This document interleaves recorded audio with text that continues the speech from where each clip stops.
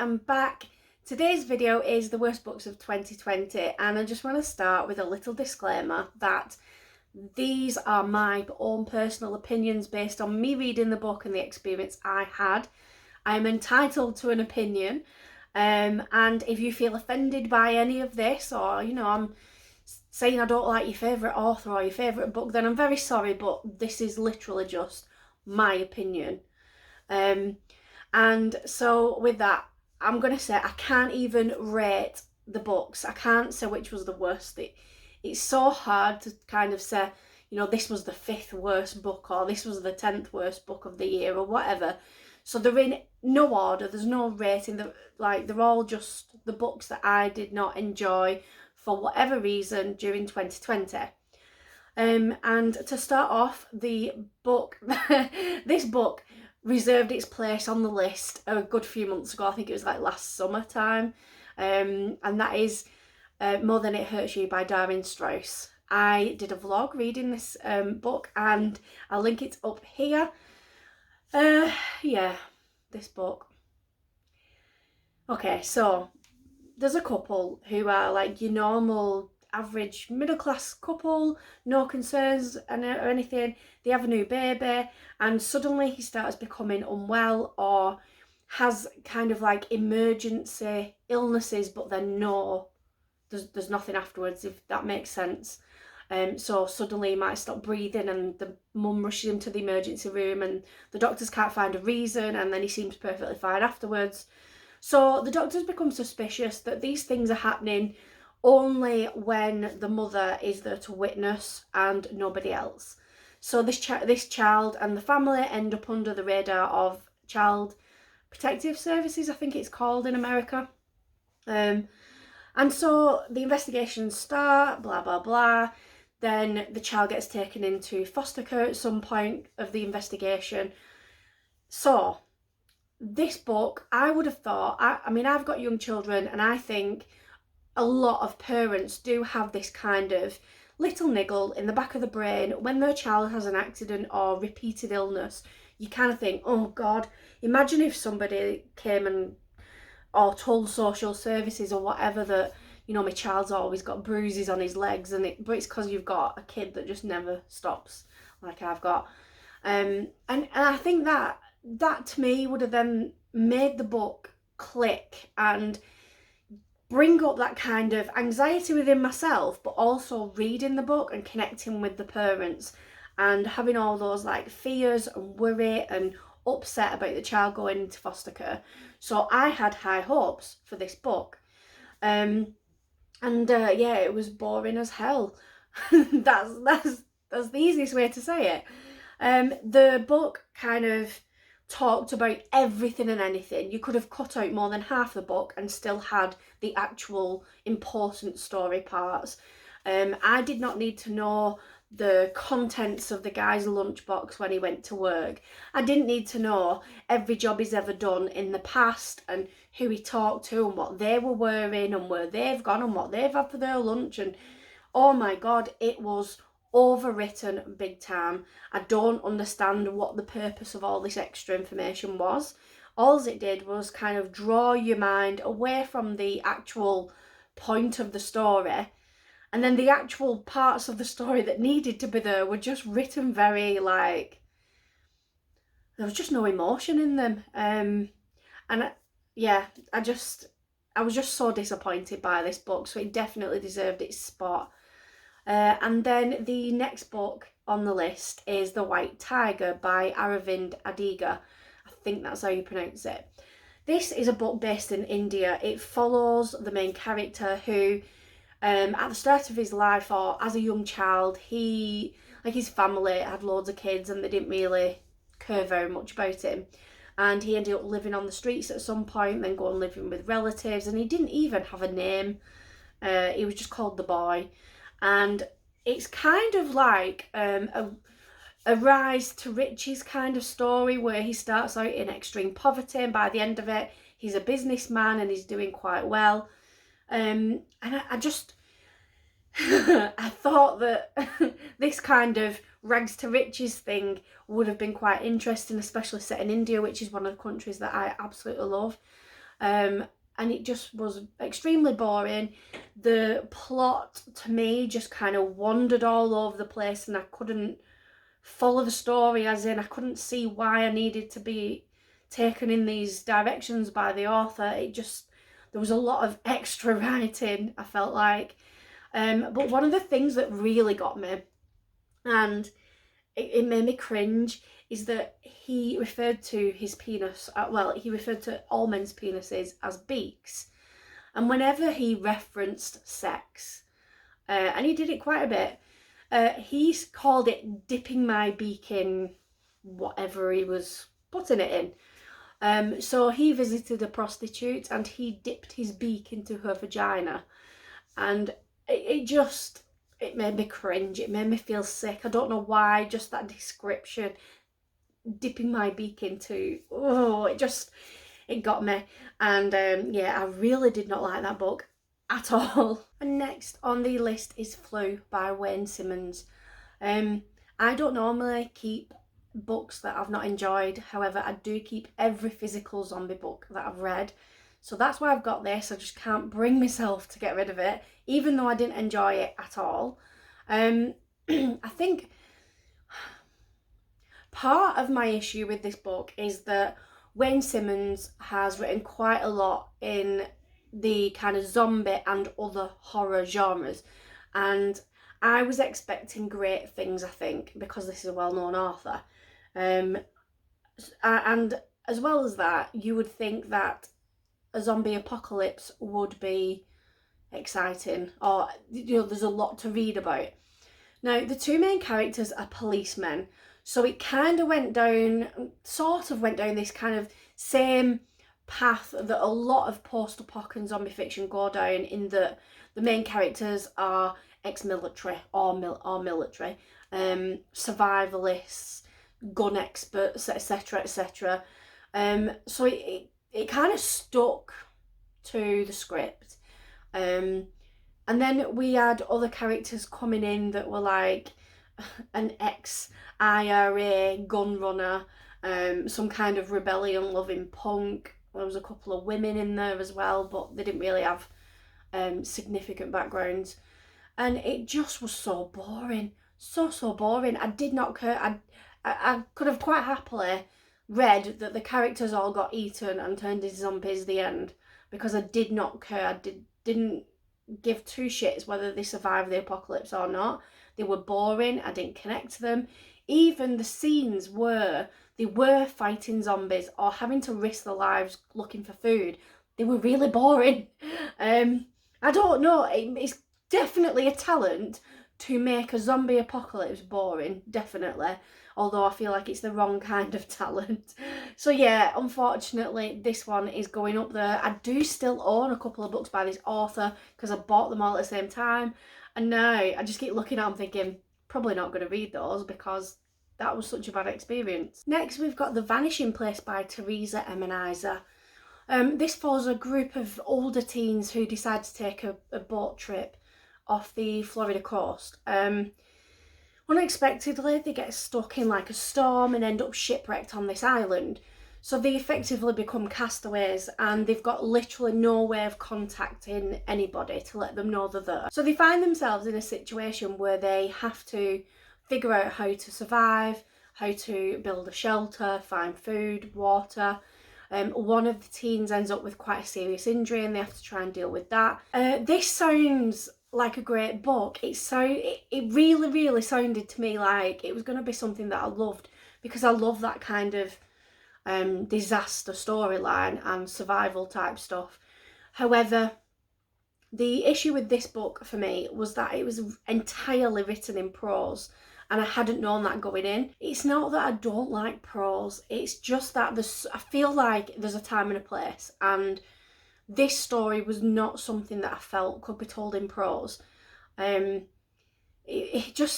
felt like literally the book was really short. It took me about an hour and a half to read, and because of that, there wasn't a lot of detail in the events. There was no like build up, there was no feelings.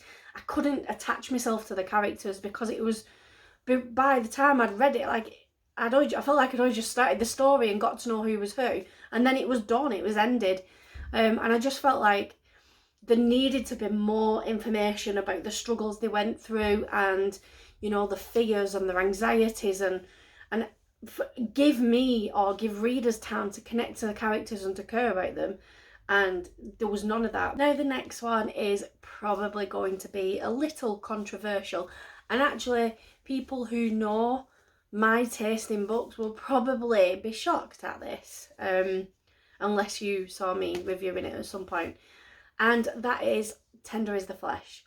Now this was recently shortlisted for the Goodreads Horror Awards, and I know that it did its rounds on BookTube and Instagram. People were loving it, saying it was so chilling and scary and things like that. So the book is set in a time when some kind of virus has spread through the animal population of the world, meaning that they are then poisonous for humans to eat. And so in order to have any meat, humans have to eat human meat. And so we're at a point in the world where humans are bred like cattle, and they basically are just like meat. They're just bred as we would breed animals right now. So they're not actual, you're not going finding people and killing them and eating them. These people, like these humans, have been bred specifically to be meat. So the main character, Marcus, he works in one of the slaughterhouses, and his entire job is to slaughter humans so that they can be processed for meat. He is given a gift, it's called, of a human being of his own for him to take home and slaughter and eat as he wants. However, he becomes a bit attached to it and things start going wrong. Now, I appreciate the uniqueness of this type of book. Cannibalism is normally a topic that's reserved for extreme horror and usually puts itself in a subgenre where it isn't mainstream. Not many people, I guess, are talking about it, or certainly not voting for it in things like the Goodreads Awards. So I understand that it's done this great job of bringing a difficult topic into the mainstream kind of fiction. However, after everybody talking about how gory it is, how it's frightening, it's chilling, etc., this book did nothing. I was just dead inside, basically. I have discovered over the last 12 months or so that I need books to give me feelings. They have to be very blatantly obvious within the book. You know, if something's scary, it has to be really scary kind of thing. I don't get along very well with under the radar kind of subtle build-ups and subtle feelings. They just don't kind of click with me, and I don't get that connection to the book. I need things to be more obvious and hit me in the face, basically. But this didn't. Because this cannibalism in this book is accepted in society. Humans are bred and kept in cages specifically as meat sources. Everybody's just like, yeah, whatever, it's just meat. You know, there was no strong feelings about it. And then I can see what people are saying about it's chilling, how it could be quite easy as a society over the years for us to get into that position where we're eating humans, which is quite scary to think about. But with regards to the book, I just didn't get that. I mean, I just felt very bland, and the scenes where they were cutting people up, it was just... I think I've said this before in my review, it reminded me of Annihilation, where everything was written quite clinically and unemotionally, and then I struggle to connect to books like that, so it just didn't do it for me, unfortunately. And then we've got Love Her or Lose Her by Tessa Bailey. This is the second book in the Hot and Hammered series, but I didn't know that, and it turns out you don't need to read the first one really to read the second one anyway. So this is, I guess, contemporary romance, but it's a little more hot than that. It's got some erotica in it, maybe. I don't know what you call it. Probably smut or something.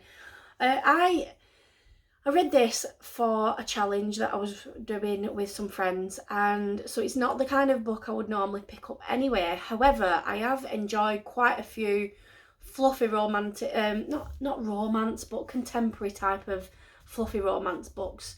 So I thought I'd give this one a try, and I really didn't like it. It was the actual characters that I didn't like. It wasn't necessarily the writing or the storyline. It was the way the characters spoke to each other. Actually, no, the storyline was a bit random as well. So basically, there's a woman who isn't getting on with her husband. He's ex-soldier. Apparently, he came back from the war quite unemotional and a bit shut down. They have got a really crappy marriage. They don't get on. They barely speak to each other. However, once a week, they have this like regular scheduled in sex session. So they go from not speaking at all, and then all of a sudden they just quietly walk into the bedroom and have crazy sex and then go back and about their lives. It's really odd. And it's crazy because they end up going to this marriage counselling, and the marriage counselling is all about sex and being intimate with each other. And right from the beginning, these people, like, they're just constantly horny. Like, they can't even be in the same room as each other without wanting to rip each other's clothes off. And to me, that doesn't work with the struggling marriage kind of storyline. It just felt very odd. I don't know how these people got on with their lives. Like, how did they hold down a job? Because they were just constantly trying to rip each other's clothes off. It was just crazy. Dominic is the husband's name, and he constantly calls his wife honey girl, which just yuck.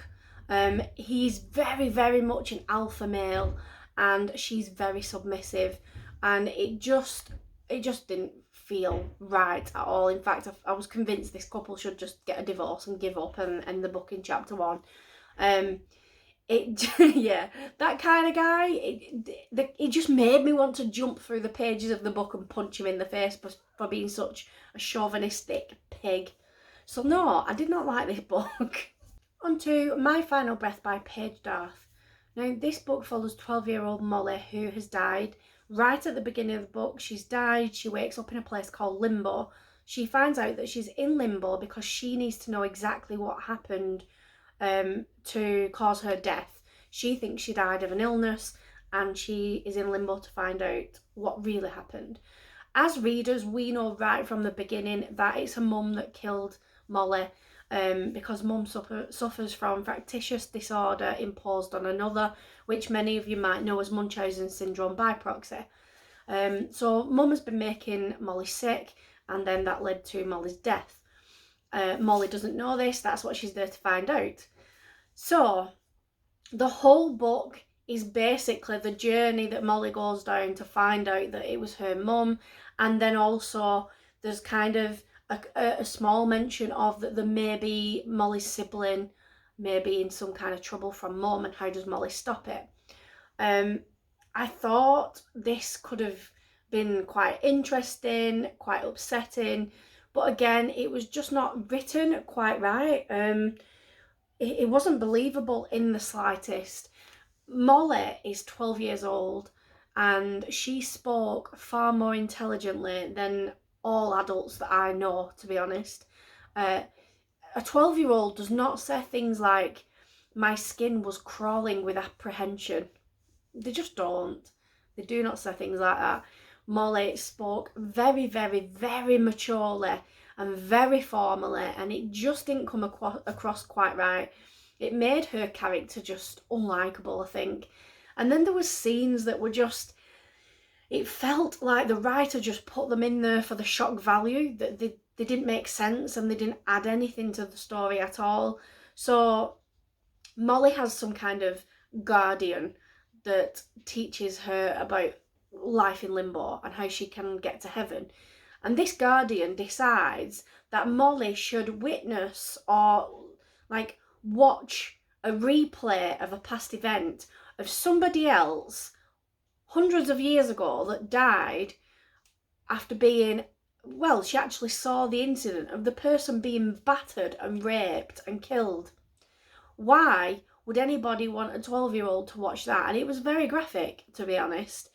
It definitely felt like it was for the shock factor. It didn't make any sense. I've no idea why it was there. There was a few things like that where you just think, it's as if the author's just putting them in to get a reaction completely. I just didn't get the book at all. Sorry if you could hear a little pitter-patter on the tiles, a little snuffling. I've got a visitor. Right, so next up is The Shadows by Alex North. I was really keen on reading this because everybody was going on about The Wisp Man by Alex North and that it was amazing, and so I tried The Shadows, and unfortunately I didn't get it at all. It didn't, yeah, I know, it has actually made its place on some people's best of 2020 lists, but for me, I didn't understand it. There's a guy called Charlie who has committed a murder as a teenage boy, and then 20 years later there's some kind of copycat killer and he comes under suspicion again, and there's some kind of links to him and his friend, and his victim was his friend at the time, and I don't know, I got a bit lost. I couldn't keep up with like jumping different timelines, and I don't know, just there was a lot of characters in it as well. And then at the end, the kind of big reveal of who this copycat killer is just did not make any sense to me at all. It was kind of like somebody that just hadn't really appeared in the story much, and I was like, oh, right, well, I don't know anything about them, but apparently they're the killer. I just didn't get it, really, to be honest. And right now, I'm just about to break some Neil Gaiman fans' hearts because Interworld has made it onto this list. I struggle with Neil Gaiman.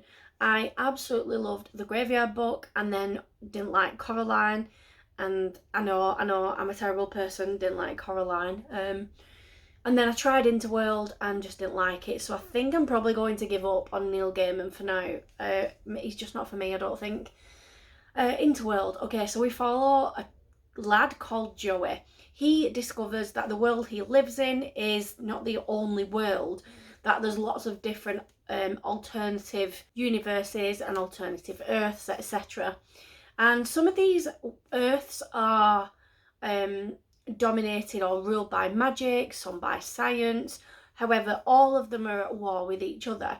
So Joey teams up with all of his alternate Joeys from all the other worlds to then fight against this evil magician to try and bring everybody, back to peace. And I didn't understand it at all. Half the time in the book, I had no clue what was going on. It was just crazy. I do find that a little bit with Neil Gaiman. He creates these very complex realities that I struggle to keep up with. And this is why I don't read a lot of fantasy, and I definitely don't touch high fantasy, because I just don't get it at all. I was concentrating really hard reading this book and still didn't know what on earth was going on and who was who, and it just lost me. So unfortunately it had to go on the list because I didn't enjoy it in the slightest. The best part of the book was when it ended, to be honest. And the final book on the worst of 2020 list is Group by Christy Tate. Now this is like a memoir of somebody who attended group therapy she has like confidence issues, anxiety issues, eating disorder problems, and she decides that she's going to try group therapy. She ends up signing up to like this therapist who somebody else has recommended, and I don't why this book was released is beyond me, I've got to be honest. It was very, very bizarre, and it's quite frightening that it's actually real. This is a memoir, somebody has gone through this. The therapist should not be a therapist. He had a very, very inappropriate relationship with all of his clients, basically. they would go to him for whatever reason. Like, some people were going to him for depression, some were going to him for anxiety, eating disorders, whatever. And all of his, I guess, treatments, or he called them prescriptions, were all sex based, and it was really odd. So, like, one of the other clients in the group, she talked about having some intimacy issues with her husband with regards to sex. And so this therapist prescribed to her that she had to stop taking her depression medication and instead place those tablets between her toes while she had sex with her husband. I don't get it. And there was lots of things like this that he would prescribe to his patients, that they had to go and pick up a random for sex in a bar. And you know, when somebody would talk about some dream they'd had that had really like affected them, he would relate it back to him. He'd be like, oh, it's because you're obsessed with me and you want to have sex with me and I rule in your life, you know, like I'm a dominant figure. And it was just very, very horrible, if I'm honest. The whole time that she was under this therapist just felt uncomfortable to read. It felt like a very twisted, toxic relationship, and the things that he did or that he prescribed for his clients to do felt very, well, they just felt abusive, if I'm honest. It made me feel sick reading it, what he was getting away with, I guess, under the role of therapist. And I can't understand how this woman says that going to this group therapist saved her life in the end. I don't get it at all. I hated the book. I hated the fact that somebody is out there doing this to people and getting away with it. And so that ends my worst of 2020 list. Hopefully I've not destroyed some of you too much by ripping apart books that you've enjoyed. Let me know if you have read any of these and if you felt the same way, or if you would like to challenge my opinion on them. So comment below and I will see you all soon in another video. Bye!